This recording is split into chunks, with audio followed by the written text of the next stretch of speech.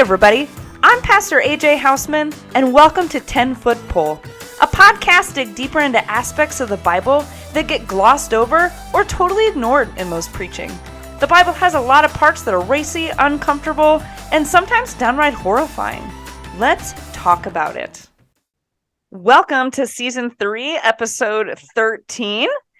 Today our guest is the Reverend Dr. Karyn Wiseman, who is the Stumpfli Folkemer Professor of Homiletics, which is a fancy word for preaching, at United Lutheran Seminary, and is my preaching professor. So if you like my preaching, you can thank Dr. Wiseman. If you don't like my preaching, you can thank Dr. Wiseman.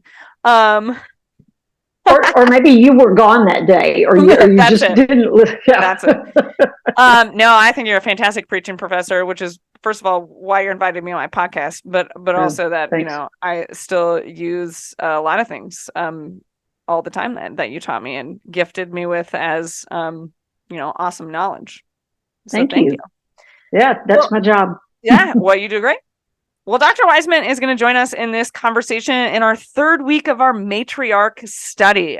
We've been having just beautiful conversations so far about these women who are called out in Matthew's genealogy of Jesus. These matriarchs, these forebears of our Savior who don't fit the quote ladylike mold, right? That their stories are full of scandal. Their stories are full of shame and betrayal. And they, are loved by God and carved out in their covenant with God anyways. And so today we're going to dive into our third matriarch, which is Ruth. Now, Ruth is very special because Ruth is one of two women who have a book dedicated to them in their stories in the entirety of our biblical collection. Two. Yep. All of two women. Two. And so we're going to talk about one today. Now, that being said, we talked about Tamar has a chapter. Rahab has a couple of chunks of a chapter. Ruth has a whole book, which is still only 4 chapters, but still dedicated just to her. So I'm going to read our chunk of Matthew's genealogy in chapter 1 that talks about Ruth. It's a repeat from last week because it's the exact same chunk that talks about Rahab because they're right next to each other. Just in verse 5, that's Salmon, the father of Boaz by Rahab, and Boaz, the father of Obed by Ruth, and Obed, the father of Jesse, who is the father of David, whom we will get to next week in our conversation about Bathsheba. So Ruth, could you give us a little, do you want to, if you don't, I can, just sort of like a brief overview of Ruth's story?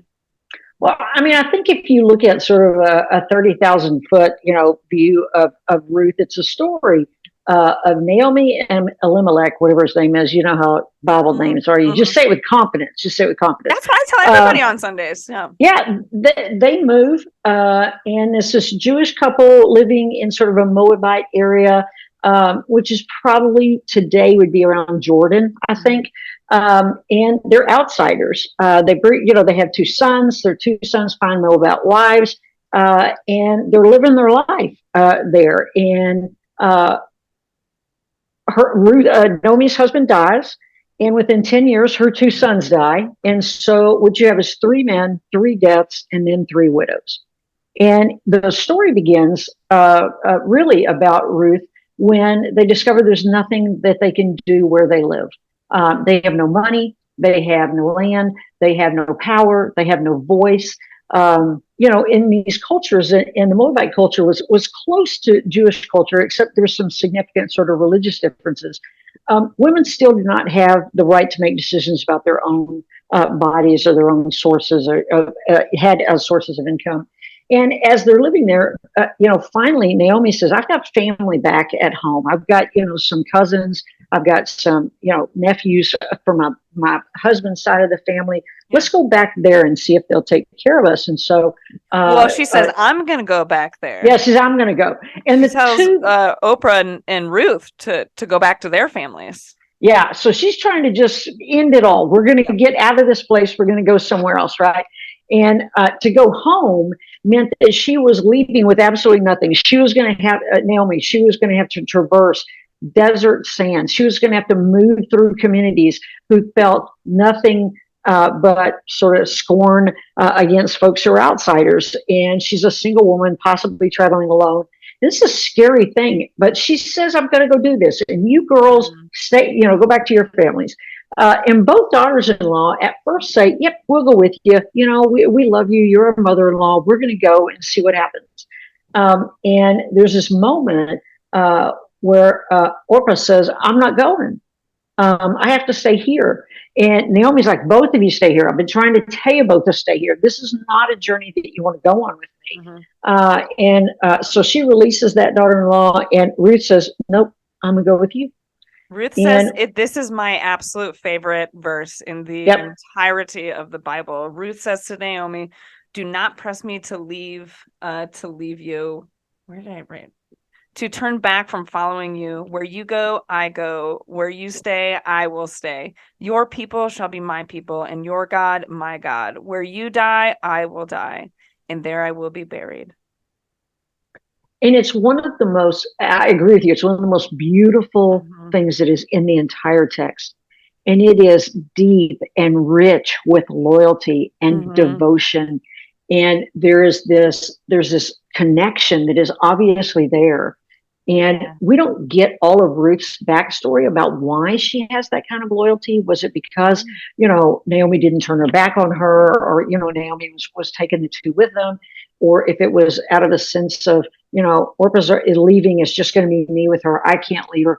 But the language says it's so much deeper than that. Yeah. There is this depth of relationship that we rarely see in any of the characters in the Bible. We get these sort of surface descriptions and sort of the history, but this is that deep, deep to the bones sort of love and devotion and loyalty. And I'm with you. I love that text. And as I was sort of reading through and thinking about our interview today, I read it again and I said, Cindy, do you remember this verse? And she said, well, of course I do.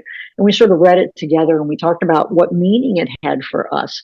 And it's just, she turns her back on her family, on her faith, on her land, on everything, and says, I'm going with you. And off they go in what is, like I said, an arduous journey, probably. They get back and they begin to get into relationship with Boaz, a distant relative. And that gets a little bit further into the weeds, but I was going to say one thing about their arduous journey. So for my Bible Lands class in seminary, which is essentially like a big class about maps, and I've heard that. And putting the different maps to the different eras and stories and characters of the Bible, which is kind of fun, fascinating, a real cultural aspect and view. For our project, I put together a hiking trip based on Ruth and Naomi's journey. That is so for that class. Yeah, I love that. That is so cool. It's really cool. But it's the story. It becomes Ruth's story and Ruth's love story, and Ruth, sort of what happens to Ruth once they get back to the Jewish lands and to Judea, and it's just so uniquely powerful that her story gets told, because there's so many women's stories out there, but hers gets told, and she's named in the title of the book, and she's named as one of the ancestors, one of the badass women. Of Matthew 1. And that's what's so cool. It's a story of finding each other, and it's the story of connection and loyalty, and it's the story of, we're marginalized because we're women. We don't have any power. We don't have any strength. When we're up in Moab, none of the family that's there wants to have anything to do with us. So we have no male relative that can claim us. And as a woman, you had to have that connection to a man. You did not. Well, they were really the ones that are allowed to hold land or money or anything. Yeah. Yep. You had to have a connection to a man, and to think of all the things that Ruth turned her back on, and all the things that Naomi did too when they moved to Moab. These are people who sort of put their lives on the line, and these are women who put their lives on the line for each other. And It's a powerful story of loyalty and devotion, but it's also a story of perseverance and faithfulness. And, that all of a sudden in that moment, your God will be my God. Yeah. Wow. It's not just your people. I'm going to sort of blend into your family, but I'm going to turn my back on my faith and join your faith, which was a completely alienating thing between the two cultures, was a lot of the religious differences. So for me, that's the story, right? That these women had little value outside of relationships, and they figure out a way through their relationship to claim their personhood and to be important enough to be a part of this story. Yeah. So pretty cool. And for Ruth, well, to say, so one of the things about Ruth, so Ruth, Rahab, and Tamar are not Israelites, right? So they were, which is also just, I love it, is people that, that like, it even says, right, like God's rule, you're not supposed to marry outside, blah, blah, blah, blah, blah. But these, they keep doing it, right? And they keep through it, expanding sort of this, family of God. And also just to say some precedent for sort of, kind of interreligious or interracial marriages being very much condoned in the Bible for sure. And I think it's somewhat, sorry, go ahead. In some ways, I think, it's fine. Okay. In some ways, I think that, sort of a modern equivalent is maybe an undocumented alien, someone who doesn't have sort of the credentials or the right to come into another land without some sort of connection, either a legal connection or a male connection. And I think one of the things that I hear when I read it, when I hear it preached, and I have on a number of occasions, it mirrors so much that you have nothing, but you'll walk hundreds, thousands of miles in horrible conditions, as we're seeing on our southern border and in other places in the globe, to find some place. Yeah, it's survival. And how do you do that when you have no power and no name and no voice? And that's what this story is about as well. Yeah. Beautiful interwoven connection between these two women, but is also about this. You said it's the story of the people of Israel, and later the story of the people of God, the people of Jesus.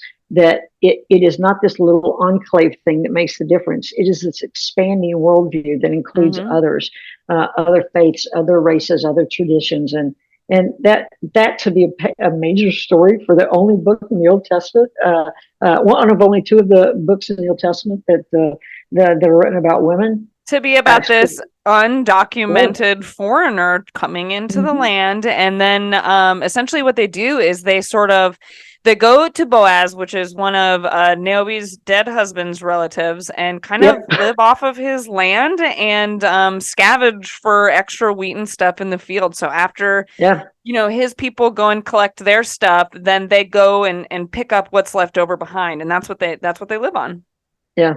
Yeah, and it's barely subsistence, right? I mean, you're getting the stuff that's been trampled on. You're getting the stuff that's sort of bent and broken, but it still has value, and it sustains them. And when Boaz begins to see what's happening with these women, he tells his guys, "Don't mess with them. Don't mess with her. Don't put a hand on her." And in a way is claiming her before the relationship begins to bubble. And it is Naomi's insistence on Ruth encountering Boaz in the night that gets this relationship really rocking. This is the big moment. So this is what'll be in our study guide materials, is this moment right here. But first to say, so Boaz allows them to be there and invites them to pick up the extra, and even tells his men, leave some more behind for them.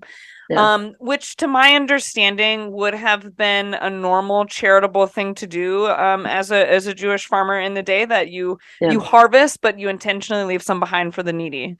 So he instructs his men to do that so that these women can collect stuff.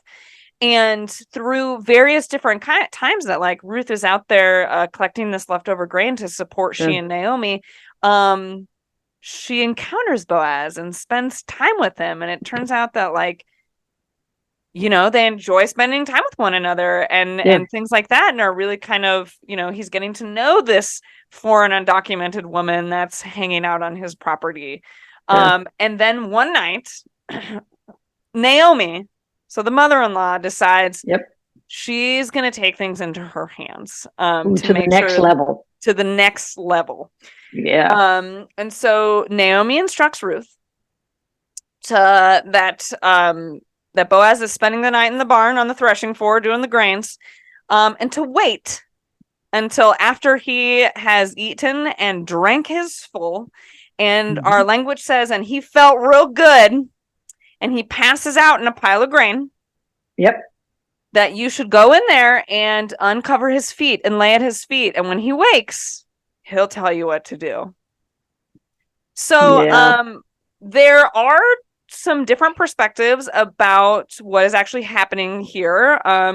If Naomi is indeed uncovering his literal feet, if she is uncovering the lower half of his body, if she is exposing his genitals, a lot of people do believe it's a euphemism, which you do find in other parts of the Bible, that you get the euphemism, like to uncover your feet, people say is going to the bathroom is another place that's used.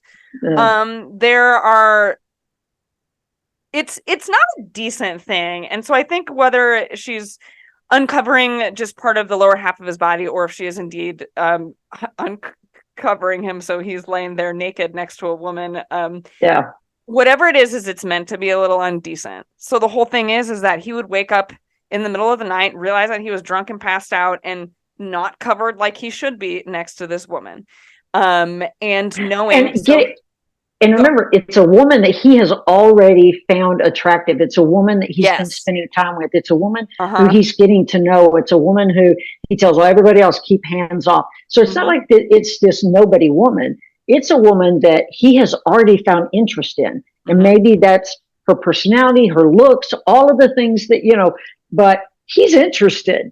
And when she's there, and so I think just let things happen. Right. So like Naomi knows what's going to happen, right? Like she knows that he's a good guy. And if he finds himself in a compromised position with this woman, he's going to do the right thing.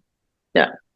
And so some people try to totally whitewash it, that she'd uncovered his feet as this gesture of like a marriage proposal. And I think it's a little more indecent than that. People really don't like the uncomfortable parts of the Bible, and so try to explain them away in these more delicately nice ways. But truth be told, whatever Naomi tells Ruth to do, it puts Boaz in an undecent position.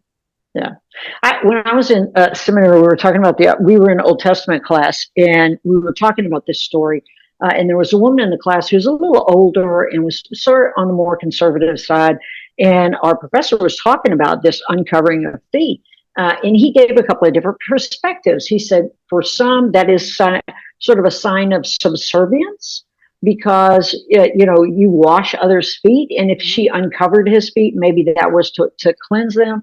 He said, I don't agree with that. And there's this older woman, she sort of stands up and she says, oh my God. And we're like, what? And she says, you already told me that Moses didn't walk through a big sea. You already told me that, all this stuff happened. You are not going to take my Ruth story. I love that Ruth story. You're not going to make it sexual. And the whole room is like, oh, get over yourself, right? Because he was leaning towards the same thing that I have read and understood it to be, that it is an indecent thing, that Naomi wants to put Boaz in a position where he has to make a decision. And it is to love and take her to be his own, or to risk more scandal and her totally to have no place, to be run out of the country because of this indecent thing that she does. And for me, sexuality, sensuality, that is a part of the Bible.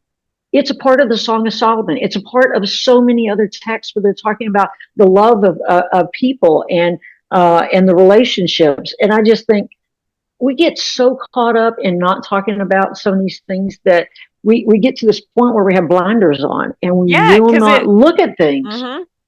Because there's a lot of people that, you don't want to talk about sex in the Bible. And it's like, well, unfortunately, folks, it is there because as Pastor Tuhina said in our first week of the study, to remember that like we are fully embodied people. They were fully embodied people, which means their stories are full of fully embodied things. Yep. And that's exactly what Ruth is experiencing. I just like, I want to know how much Ruth understands, because like Naomi knows exactly what's going on, and she knows exactly what she's doing and sending Ruth into that room after he's passed out and telling her to do what she does. Right. And she specifically, she doesn't just say go in there, she tells her specifically, uncover his feet and lay there. And when he wakes up, he will know what to do, and he will show you. That's some specific direction. Well, it's also like dress in your finest things and wait until he passes out. Like she tells Ruth, you need to wait until he has passed out. Yeah, if you want to have a seduction scene, this is a seduction scene. Yeah. Orchestrated by her mother-in-law. Yes. I think to me, that's what stands out in the text specifically, that says this isn't just a marriage proposal. And I actually read one. I love to read blogs all across the spectrum. And I read one blog that it was like, that Ruth wanted to approach him about marriage, but didn't want to do it in public. So she waited until he was in his home by himself. And I was like, where did you read that? That's not what's happening in here at all, right? But see, so it's those things of very specifically having the language of like, he drinks his fill, he feels good, and then he passes out in a pile of grain. Like you have that language in there, and you have the Naomi telling, wait until he passes out before you do any of these things, right? That's an important piece to this sequence. If she is merely approaching him with a marriage proposal, there is no need for all of this secrecy and plotting. Right. Because we're tricking him into this marriage proposal. Yeah, because they've been in public together around his farm, around the milling area, and so people have seen her around. They know that she's been around, and he's attracted to her. And Naomi plays on all of that. She's not an unknown entity to him. When he sees her, he's going to feel like, oh yeah, this is the woman that I've been interested in. This is the woman that I may already be falling in love with. This is a woman I want to spend my life with. And Naomi knows that because she's watched them too. And when they do it, she also doesn't want to shame Ruth, but Ruth doing something publicly. This is at night in a vulnerable moment, and everybody else has gone away. And she knows privately this will happen. If we follow these instructions, if we do what I've set out for you to do, it'll happen. And that's just so cool. And at the same time, it's like, whoa, would I set, somebody up for my son that way? Probably not, but you do what you have to do for survival. I mean, this is literally survival, and moving on from just being the distant relatives who can glean wheat out of the corners of the field. Yeah. I want to point out a couple of things also in the text that kind of aid into this. So, Ruth identifies him in this moment as a redeeming kinsman, as in like he's the caretaker, like he is a person of quality who's a kinsman who would be responsible for them. She is naming that of him. And also that he agrees to take care of her, but he doesn't agree to marry her right away because he would have been significantly older than her and would wanted to, because he did care for her and because he was an honorable man and because he wanted the best things for her. He said, I think that there's another one of our family, our redeeming kinsman who should marry you. Like he would be the best fit for you. Which to me says something about his character that's sort of like identifying, I love this woman, but I care enough about her that I'm going to see if this other situation actually would be better for her first. Right. And then if that guy won't do it, then I will. Then I definitely will. And that's what happens is how many people, would do that, of sort of to say, I love you so much, I think that someone else would be better for you. Yeah, when you were talking about that, I thought about the influx of the Hallmark Christmas movies. that sort of are this exact same script. They just changed the town and what the Yeah. two characters do and all that kind of stuff. And I got to be honest, I don't think I've never watched a Hallmark Christmas movie that I'm aware of. I don't want to do that, but I have a cousin who does, and she's constantly like trying to get me to watch, these Hallmark movies, and she tells me the plots, and I'm like, it's the same movie. Why would I want to watch that, right?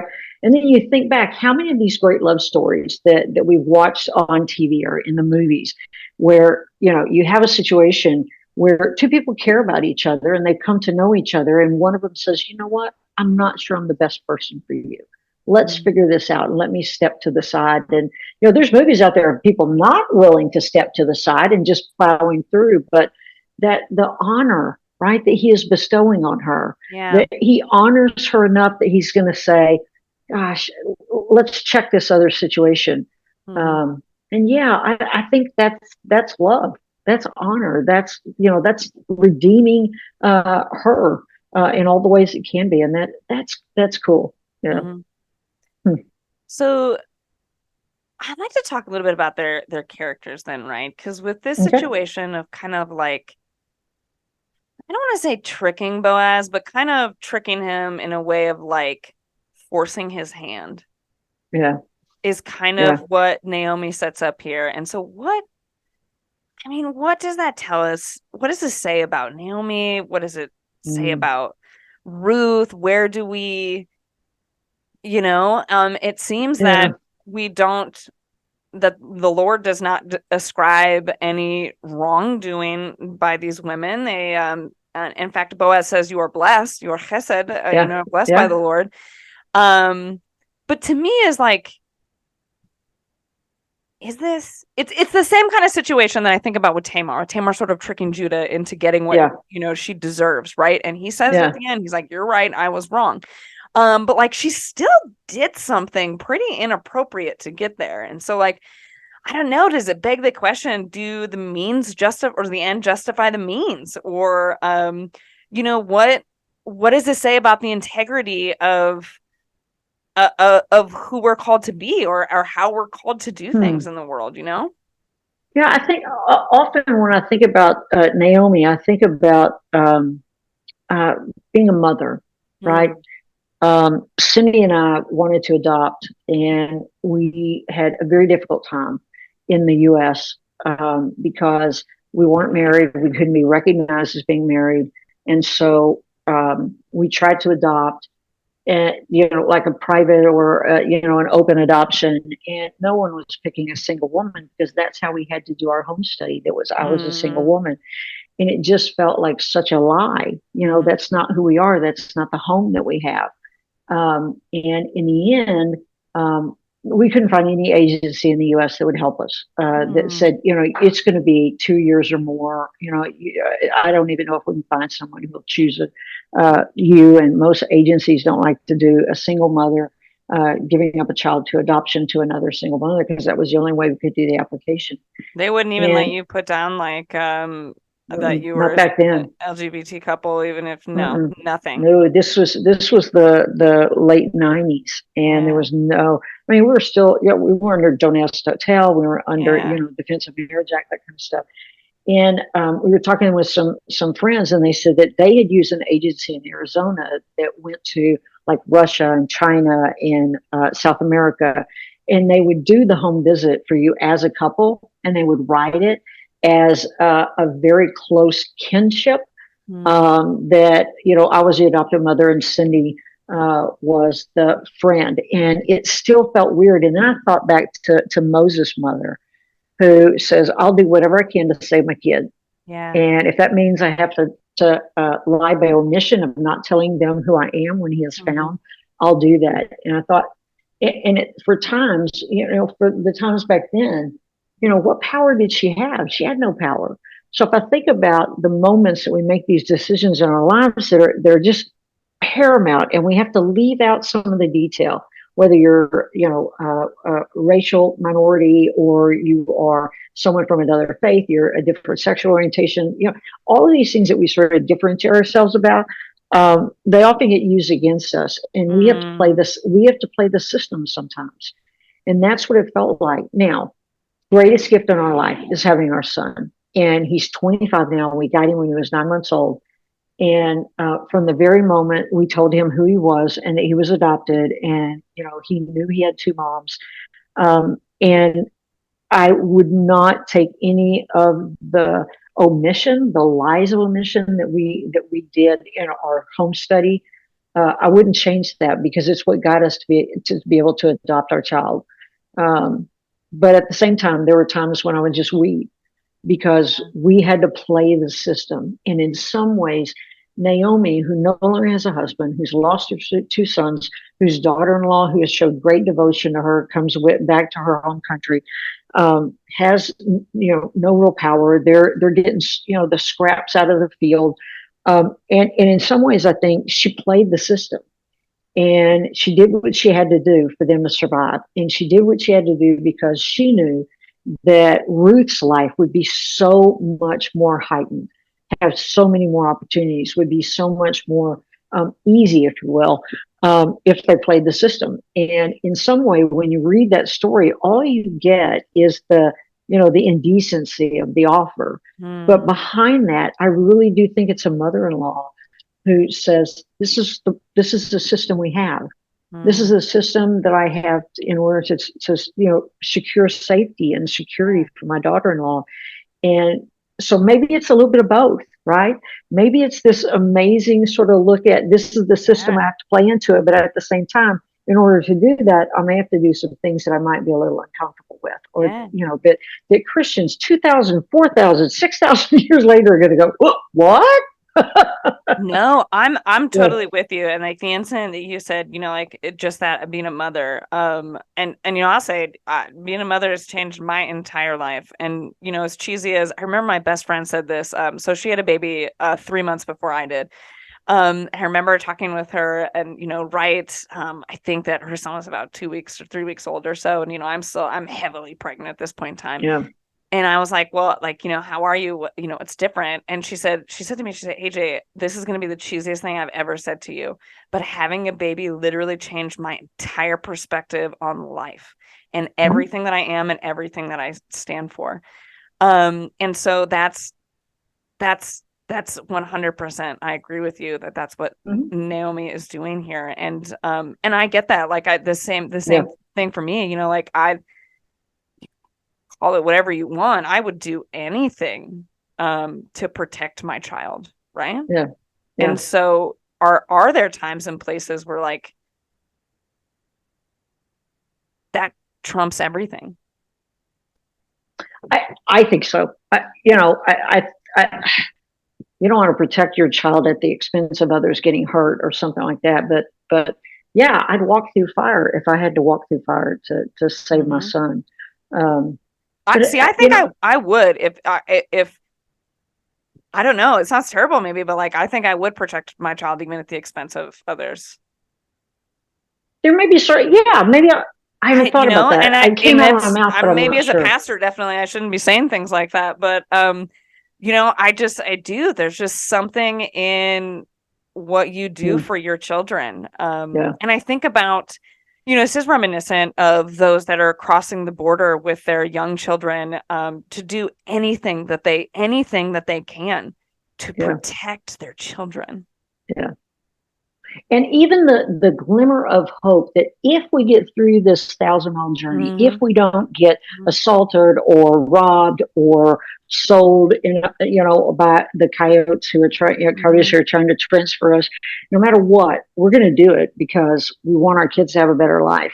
And even they may have heard, you're going to get to the border, some idiot asshole is going to put you on a bus and ship you up to New York or to Chicago or to LA. Because they're being, just petty jerks. Even that, if we get there, if I have to sleep on the streets of New York, it's better than where we are now. Yeah. If I have to do, menial labor that no one else will do, I will do that so that we have a chance to stay in the U.S., even if it's just for a little while. I'd walk 1,000 miles to take my son to a safer place. Sure. And, I respect Naomi, and what she does. And I adore Ruth and the way that she is so devoted to Naomi. I would do anything for my mother-in-law. Loved her. She died in February on Valentine's Day, and we're about to hit our first Christmas without her. And Cindy's been a little weepy, a little sad, and it's just none of us have lost a parent before. This is our first parent of the four that we've lost, and I was trying to be brave and be strong for Sydney, and I kept saying, what do I need to do for you? And she said, stop. You need to grieve too. You were her daughter, and she was your mother, and you have to grieve too. And it was that moment where I just was like, yeah, I'm missing her so much, and she's my mother.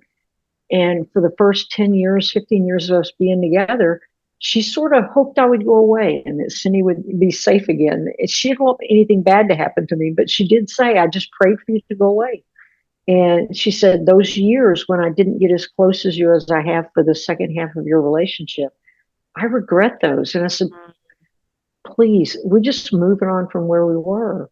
And it's that love that is beyond compare. And we talk about mother, daughter, mother, son, or mother, whatever gender folks express themselves as. That mother connection is so powerful, but so can the mother-in-law. Often mother-in-law jokes are demeaning and they're stupid and, they're hurtful. Not this one. This is a mother-in-law who we've devoted her life to. Well, I think that they bonded, right? Like they became a family, she got taken into their family and you become her daughter, right? That's we use the in-law language, but this is her daughter, right? That is who she cares for in that way. This is the child that she has left. And she's going to do anything she can for her. So when I read so for me, the book of Ruth is really the book of Naomi. I actually think it tells us a lot more about Naomi than it does about Ruth. And it starts with Naomi's, right? The story starts with Naomi, not with Ruth. Ruth doesn't come in until a little while later into her own book. And so Naomi is there through the whole end. Like even when Ruth has Obed, has her baby, like it's Naomi that says, this is my child. Right? That claims that baby as her own grandchild, as her own child.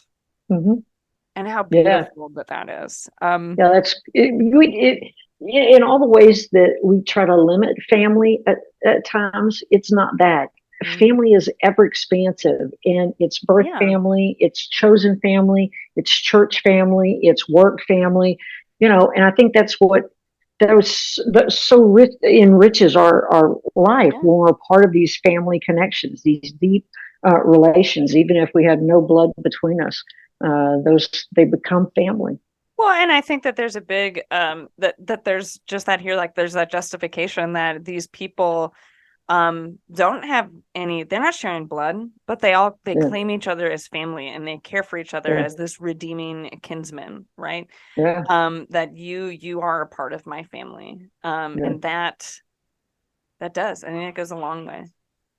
I'll say one thing too with this kind of sharing her baby with Naomi thing. It was a long time ago. It was after my grandmother died, and my mom was it was my mom's mom, and so my mom was talking about when we were born, right, when my oldest brother was born, that my grandmother asked her, will you share your children with me?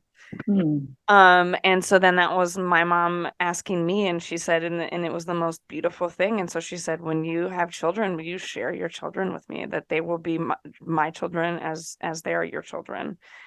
And that's what I hear, is it reminded me a lot of my grandmother about Naomi kind of taking this child in that way.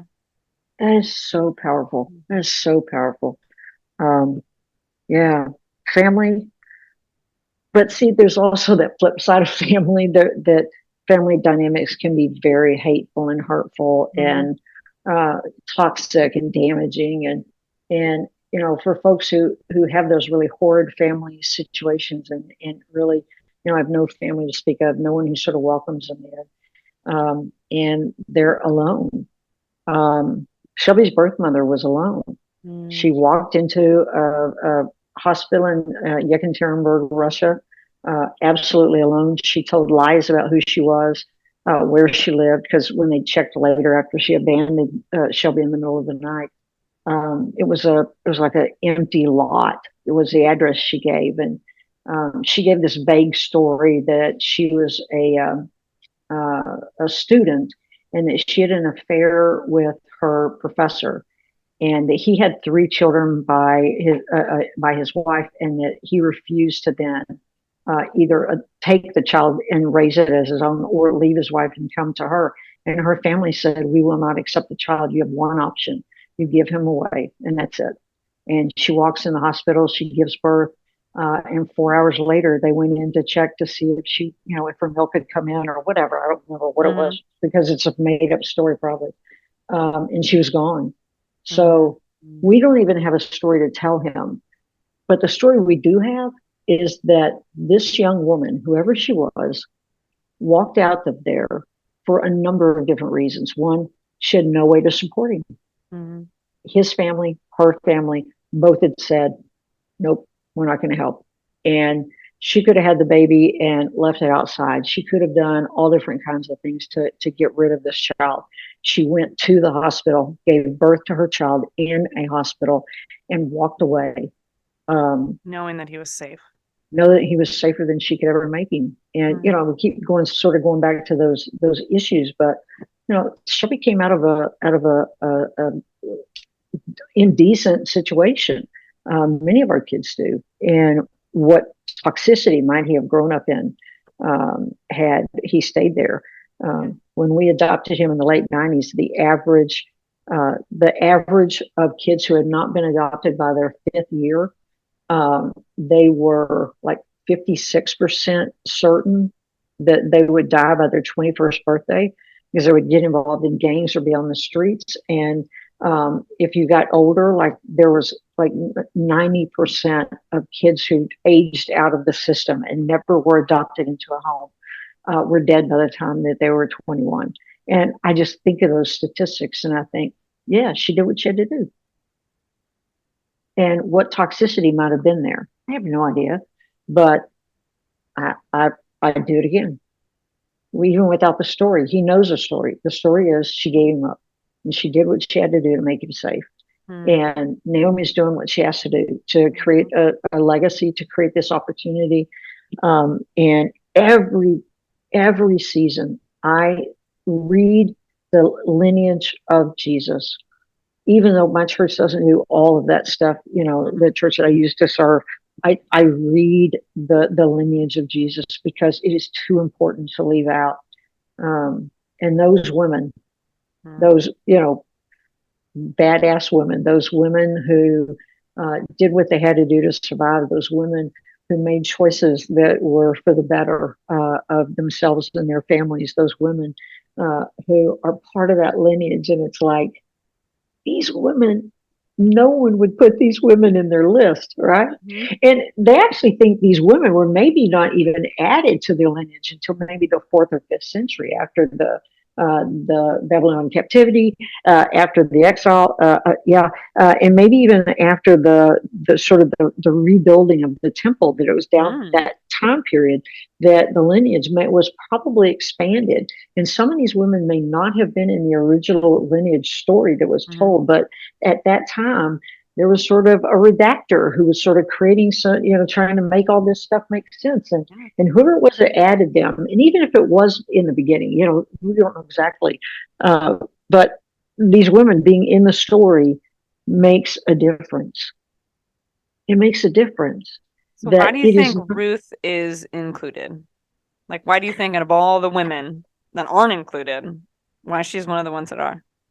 I think she's included because of her devotion and her loyalty to Naomi. I think she is included because the lineage needed women, and she was a part of that. I think she's included because she left her faith and her family and her homeland, and she became Jewish. She claimed that new identity, right? Through first her devotion to Naomi, and then through her marriage to Boaz. And she is a sign of that ever expanding understanding of the Jewish family. And that may be that, previous to the captivity and during the captivity, there was really particularly Jewish stories being told. And when they came back, the culture was changing. There were different people, there were different traditions and different religions, and things started to need that expansion. And maybe that was it. But I think it's deeper than that. I think Jesus' story needed those women. And he learned through his ancestors courage and determination and faithfulness. And each of those women taught their children, and their children taught their children, and their children taught their children. And David, maybe he got his bravery from grandma, great grandma, great great grandma, and the stories you heard about them. And if that then trickled down to Jesus and this devotion and this love and this faithfulness, and then the woman done good. Yeah, the woman done good. I like that. I think it's incredible to think about these strong women who did what they had to do to survive, and to that what that means to have them have that stock in Jesus, right? That these women, that their blood is running through his veins. Yes, exactly. Ooh, yeah.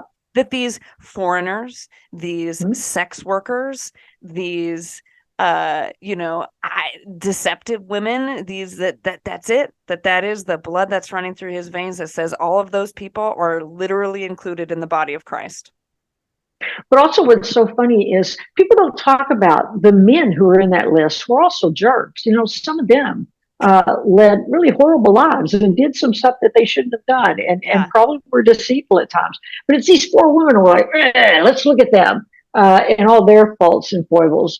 And that's okay if they get their attention that way. But here's the deal. Once we turn that and we really start learning who these women are, and we learn about their stories and about their the ways that they had to live into the world, some in good ways and some in deceptive ways, I think it says a lot that the story has their name in it. And we get to study them. And I don't really care about studying a lot of the other men in that list whose names I barely know and whose stories are barely written about. No, that's why we're following this podcast, right? That this is it. That these 4 women, these bold women, these women that did what they had to do, that stood up for who they are, and also their faith.